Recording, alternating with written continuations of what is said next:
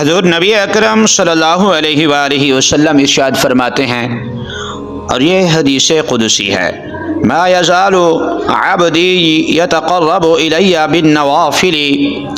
میرا بندہ نوافل پڑھ پڑھ کے میرے قریب ہوتا ہے، حتی احببتہ،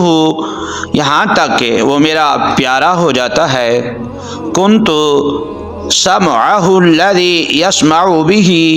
کان اس کے ہوتے ہیں، سننے کی طاقت میری ہوتی ہے، وبصرہ الذی یبصر بہ، آنکھیں اس کی ہوتی ہیں، دیکھنے کی طاقت میری ہوتی ہے، ویدہ التی یبطش بہا، ہاتھ اس کے ہوتے ہیں، پکڑنے کی طاقت میری ہوتی ہے، ورجلہ التی یمشی بہا، اور قدم اس کے ہوتے ہیں، لیکن